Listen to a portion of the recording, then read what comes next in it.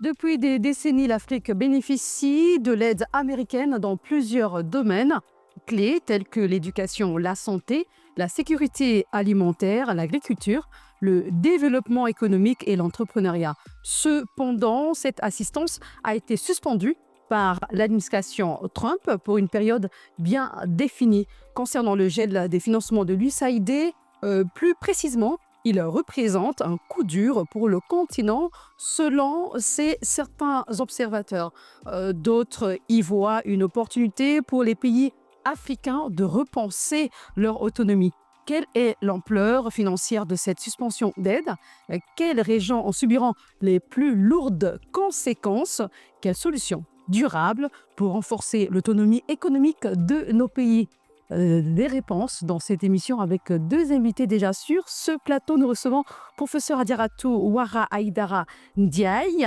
Elle est directrice exécutive de Partners West Africa Sénégal. Merci d'être avec nous. Merci Sermi et merci à tout le monde également. Ramadan Moubarak. Merci infiniment. En face de vous, nous avons Dr Souleymane Keita, enseignant-chercheur spécialiste de l'économie des finances publiques. Merci également à vous. Merci beaucoup de l'invitation. Je remercie également notre conseil Aïdara. Peut-être que c'est la première fois que je la rencontre sur un plateau.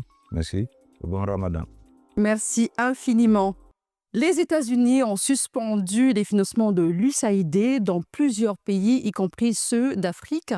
C'est vrai que l'USAID n'est pas le seul programme d'aide américaine, mais pour cette émission, nous allons parler de l'USAID. N'empêche, on pourra toujours parler du fonds du département d'État américain. Professeur Aïdara, quelle lecture faites-vous de cette décision de l'administration Trump? Je pense que c'est une décision comme celle aujourd'hui des autorités sénégalaises. Ils pensent réévaluer, réaligner, à la seule différence que cette décision a été très brutale, à la limite violente, parce qu'il s'agit d'une coupure brusque qui a suspendu également le financement, mais également, en même temps, on oublie que des millions de personnes, aussi bien des Américains que d'autres qui bénéficiaient de ces financements, sont licenciés en même temps.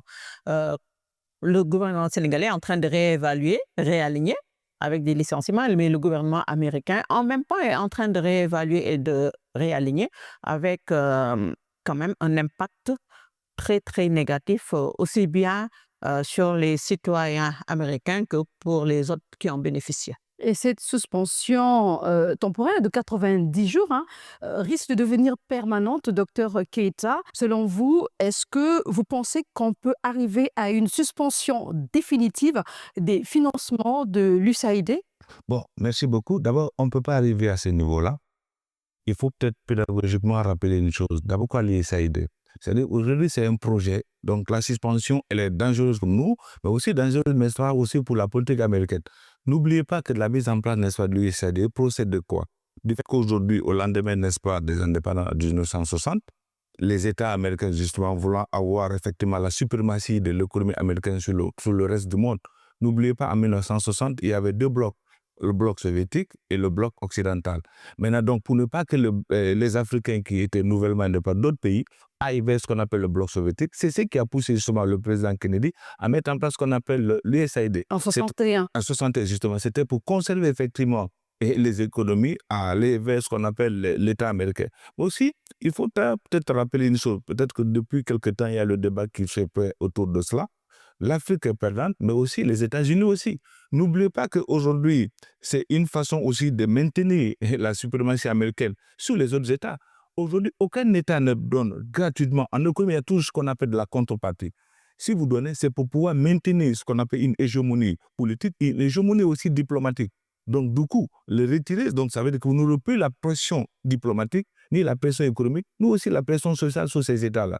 Donc, il faudra aussi qu'il y ait ce qu'on appelle aussi un autre aperçu de la chose, parce qu'il ne faudrait pas qu'on voit tout simplement que c'est du côté seulement de l'Afrique où le problème se situe.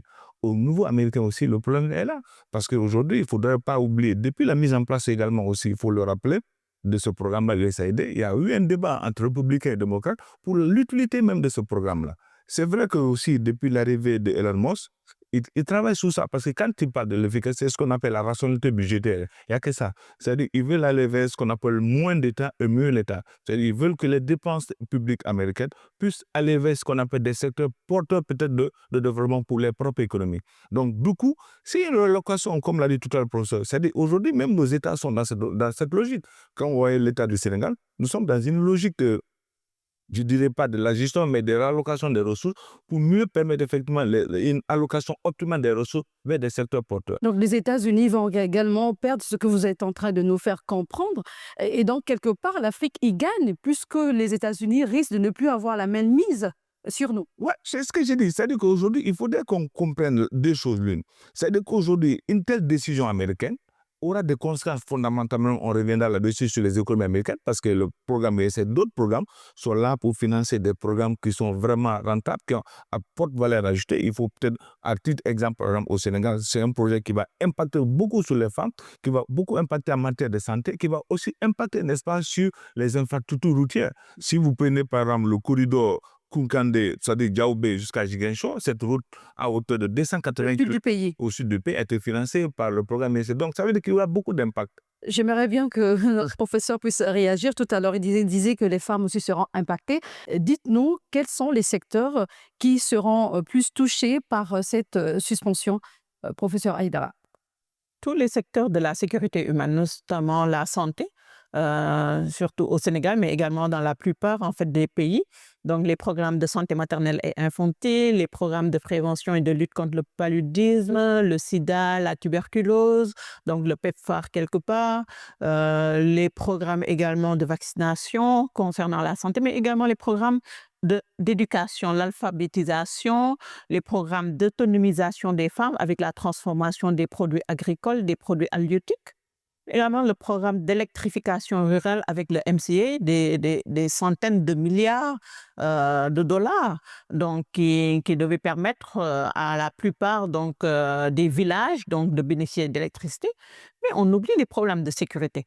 Donc tout ce qui est prévention et lutte contre l'extrémisme violent, le terrorisme, la sécurité des frontières, la prévention et la lutte contre la criminalité, la grande criminalité, la prévention de la migration irrégulière. Donc, je pense que tous les secteurs de développement donc, sont affectés aujourd'hui par cette suspension temporaire, mais également ce gel du financement donc, américain. Et malheureusement, comme vous l'avez dit tantôt, dans les zones de conflit et dans les zones post-conflit, tous les programmes d'aide humanitaire, parce que le gouvernement américain appuie beaucoup l'action humanitaire dans les zones de conflit, donc les programmes qui affectent les femmes et les enfants, les populations déplacées, les déplacés internes, les déplacés externes, mais également des pays qui font face à des dérives autoritaires, parce qu'il y a beaucoup de programmes donc, liés à la démocratie, beaucoup de programmes qui permettent l'autonomisation des femmes et la protection des enfants. Je pense aujourd'hui, lorsqu'on parle en fait de poids de ce gel ou bien de cette suspension temporaire de l'aide américaine, je pense que quelque part, si c'était juste pour apprécier leur poids par rapport au monde, je pense qu'un mois, c'est assez suffisant parce que les gens le ressentent déjà. Il nous reste encore un peu plus donc, de 60 jours. Je pense que c'est un chaos, pas seulement donc, dans les États africains, asiatiques, en Europe avec la guerre en Ukraine, mais même au niveau américain, parce que comme l'a dit tantôt le docteur Keïta, c'est un outil diplomatique, c'est un outil économique, mais c'est un outil aussi d'intégration parce que nous sommes aujourd'hui dans un village planétaire. Donc, qu'est-ce que ça veut dire? Certes, le protectionnisme, on y a droit. La souveraineté, on y a droit. Mais il ne faut pas, encore une fois, s'essayer à l'isolationnisme parce que l'isolationnisme n'a jamais payé. Je pense que les États-Unis avaient déjà payé assez fort. Donc, Ça veut dire quelque part, les populations africaines vont en pâtir. Toutes les populations vont en pâtir, dont les populations américaines. Aujourd'hui même, je pense que tout à l'heure, une vague de manifestations est prévue par les scientifiques américains parce que même le financement de la recherche est affecté par le gel, cette suspension temporaire de l'aide américaine. On oublie aussi que ça affecte même les Américains. Le Medicare, aujourd'hui est coupé. Le Medi-Aid est coupé aux États-Unis. Mais également, tous les autres acteurs non étatiques qui avaient des activités, donc qui vivaient de ces activités, des Américains aussi, sont affectés par ce gel temporaire. Donc, ça coûte également sur l'économie américaine. On comprend que les conséquences sont considérables déjà en Afrique. Et justement, docteur Keïta, en 2024, 15 pays africains environ ont bénéficié des programmes de l'USAID. Et dites-nous, justement, parmi ces pays, il y a la République démocratique du Congo, le Mali, le Sénégal, j'en passe. Quel mécanisme les dirigeants africains pourraient-ils mettre en place pour faire face à cette problématique? Ok, merci. Donc, le montant quand même de somme est important. Quand vous prenez par exemple la RDC Congo, c'est 1,2 milliard de dollars. Donc, on ne peut pas compenser ça d'un jour au lendemain. Quand vous prenez l'Éthiopie, c'est 1 milliard de dollars. Donc, quand vous prenez le Soudan, d'abord, le Soudan, c'est 800 et quelques millions de dollars. Donc, Soudan du Nord, ça fait près 700 et quelques millions de dollars. Maintenant, le Sénégal également, c'est la même chose. Vous avez même vu également, le 3 février dernier, le Premier ministre du Sénégal dire que donc ça a impacté sur l'économie et que donc il va falloir faire une réaffectation, n'est-ce pas, des ressources. C'est-à-dire qu'aujourd'hui, la décision a été brusque. Donc maintenant, les États ne s'attendaient pas à ce type de rupture unilatérale, c'est ce qu'il faut dire par rapport à cette situation-là. Donc maintenant, il faut que les États se réagissent. Vous savez, maintenant, le problème de l'Afrique, c'est fondamentalement, c'est le problème de réajustement. On a du mal à se réajuster. Vous savez, le Covid est passé par là. La crise ukrainienne est passée par là. Nous, on a un problème d'ajustement trop lent. Donc, on ne peut pas s'ajuster comme ça du jour au lendemain. Et du coup, le montant... Vous savez, le professeur Aïdara l'a dit.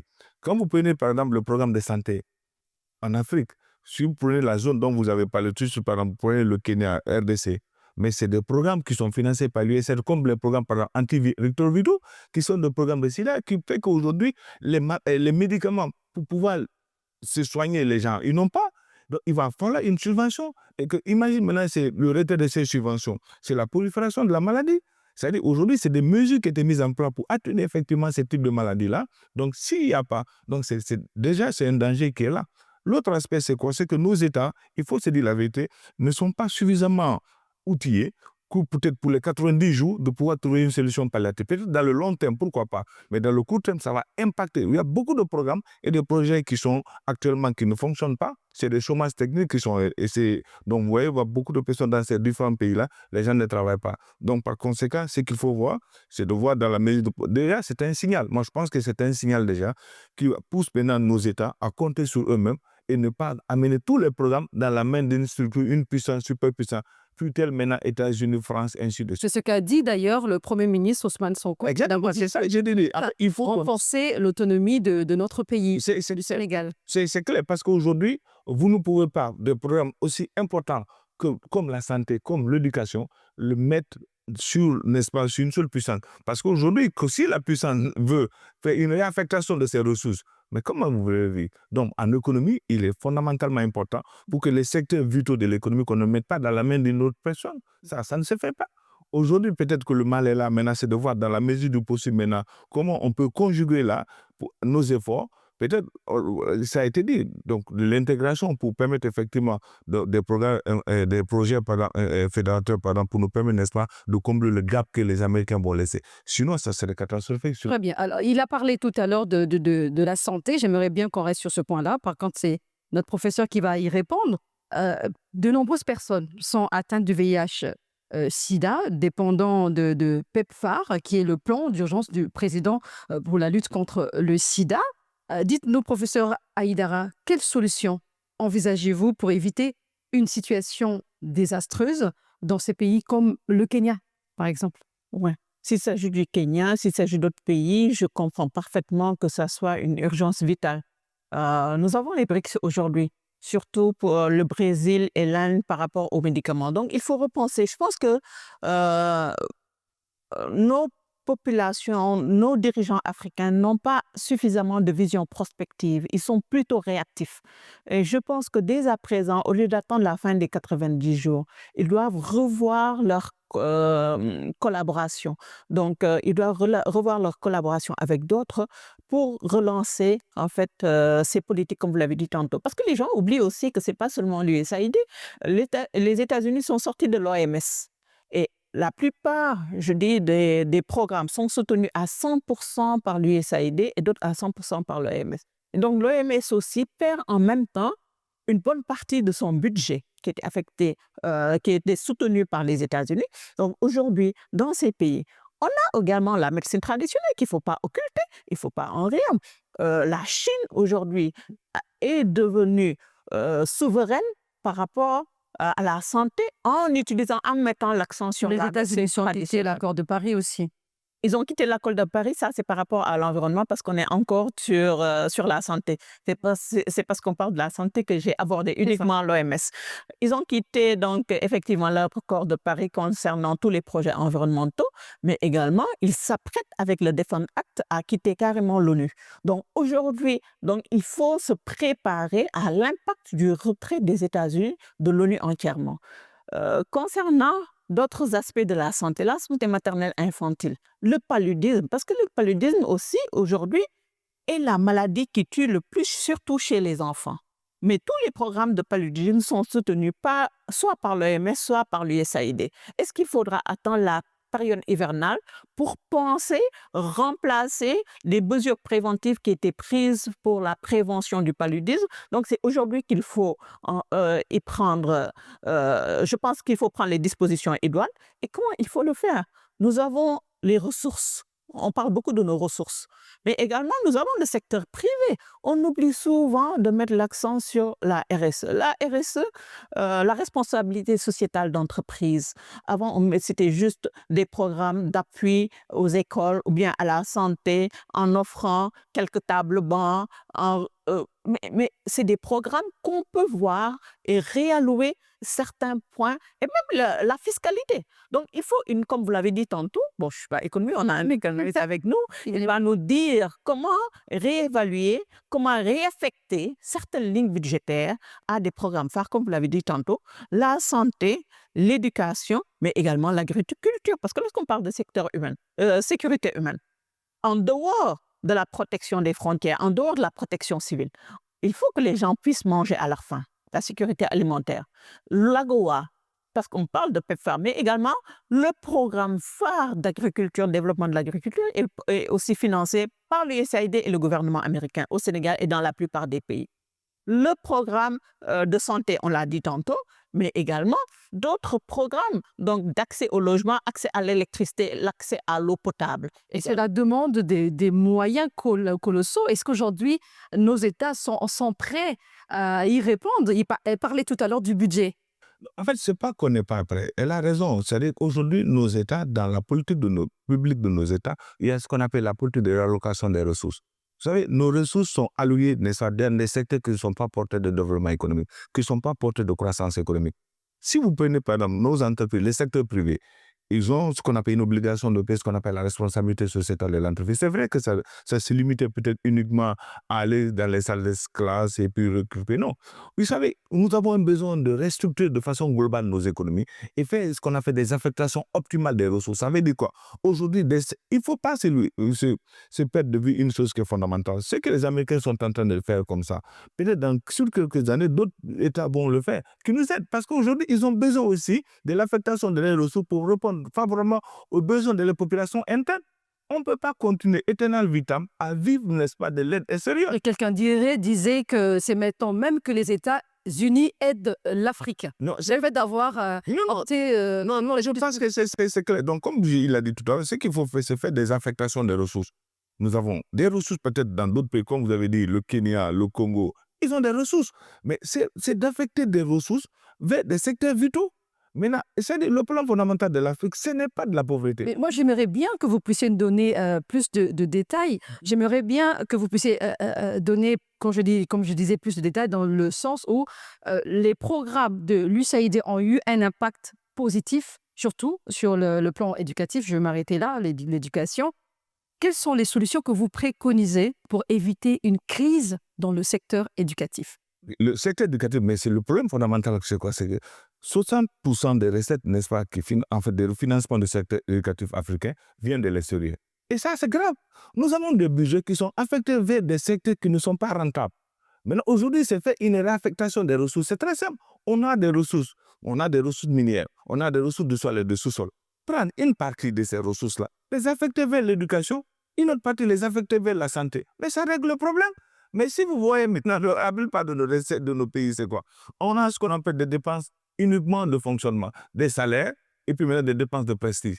C'est vrai, lorsque le Premier ministre Ousmane Sonko parle de rationalisation des dépenses publiques, c'est quoi? C'est de faire des affectations optimales, c'est-à-dire que c'est faire des dépenses qui peuvent avoir ce qu'on appelle des effets d'entraînement sur les autres secteurs d'activité économique.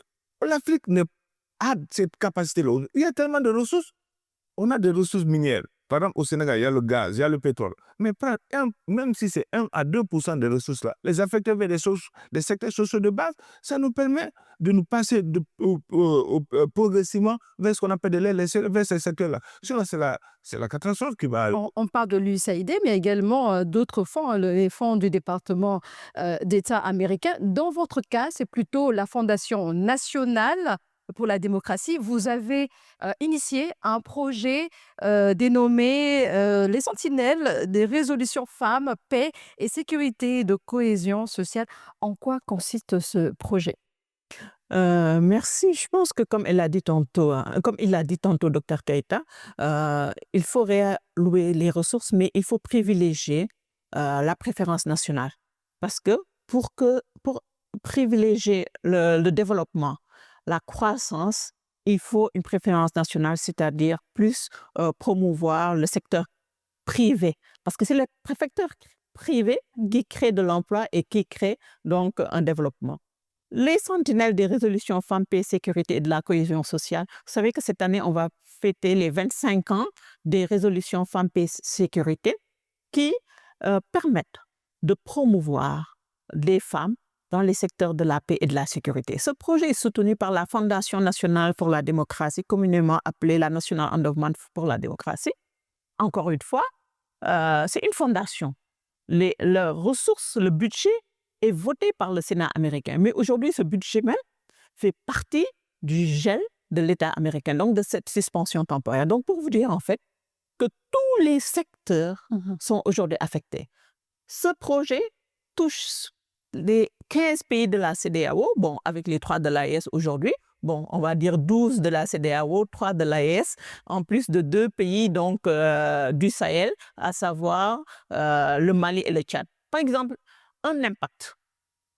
La plateforme des femmes du G5 Sahel, aujourd'hui, elle n'existe plus, alors qu'elle faisait partie de ce projet à cause du retrait des 3 pays de l'AES. Aujourd'hui, on fait face à un regret des acquis concernant les femmes et les résolutions pacifiques de conflits. Aujourd'hui, ce projet qui était financé par une fondation se voit arrêté et donc alors qu'au même moment, les OSC font face à des problèmes de résilience. Donc, peut-être après 90 jours, cela ne veut pas dire que les États-Unis vont rester sur leur position. Bon, on sait qu'ils ne vont pas rester sur leur position, mais ils vont sélectionner des domaines prioritaires. Mais également, ils vont couper les budgets de certaines institutions. Bon, on ne pense pas parce que quand même, comme on l'a dit tantôt, la National Endowment for Democracy a été mis en place aussi bien par les démocrates que les républicains. Ils ont un fonds voté par le Sénat.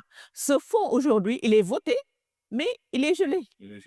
Et donc, du coup, ça affecte plus de 2000 partenaires à travers le monde et des partenaires qui étaient des activistes, mais également des gens qui luttaient pour la démocratie contre les régimes autoritaires et qui promouvaient, comme on l'a dit tantôt, les valeurs donc, de liberté, de démocratie, mais également de résolution pacifique de conflits, pas seulement en Afrique, mais à travers le monde, dans les pays liberticides et les régimes autoritaires.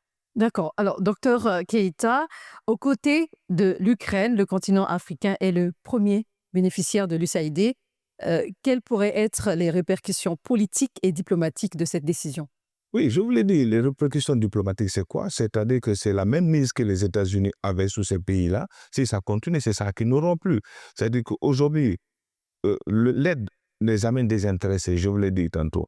Lorsque vous prêtez, c'est peut-être avoir une contrepartie soit diplomatique, une contrepartie peut-être politique, une contrepartie commerciale. Ça aussi, il ne faut pas oublier, c'est un aspect qui est très, très important. Nous sommes dans un monde aujourd'hui qui est globalisé, qui fait qu'aujourd'hui, quand vous prêtez à un pays A, c'est pour pouvoir avoir des retombées, n'est-ce pas, par rapport à ces pays A. Maintenant, aujourd'hui, les retombées diplomatiques, c'est quoi? C'est qu'aujourd'hui, les États-Unis, c'est même maintenant hors jeu, c'est clair. Donc, aujourd'hui, moi, je pense qu'aujourd'hui, c'est une leçon. Moi, je suis de ceux qui pensent, si vous vous rappelez même vers le début, n'est-ce pas, de la crise ukrainienne, le même problème, le même débat s'est posé ici. Entre lesquels on a épilogué pendant très longtemps. Il va falloir qu'on ait une autonomie, n'est-ce pas, pour nous permettre, n'est-ce pas, d'avoir de l'autosuffisance alimentaire.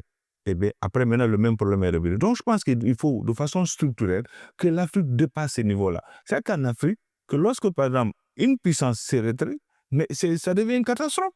Professeur Adiaratou Wara Aïdara Ndiaye, directrice exécutive de Partner West Africa Sénégal. Merci beaucoup pour vos éclairages. Merci pour cette opportunité et qu'on espère que l'Afrique va saisir également.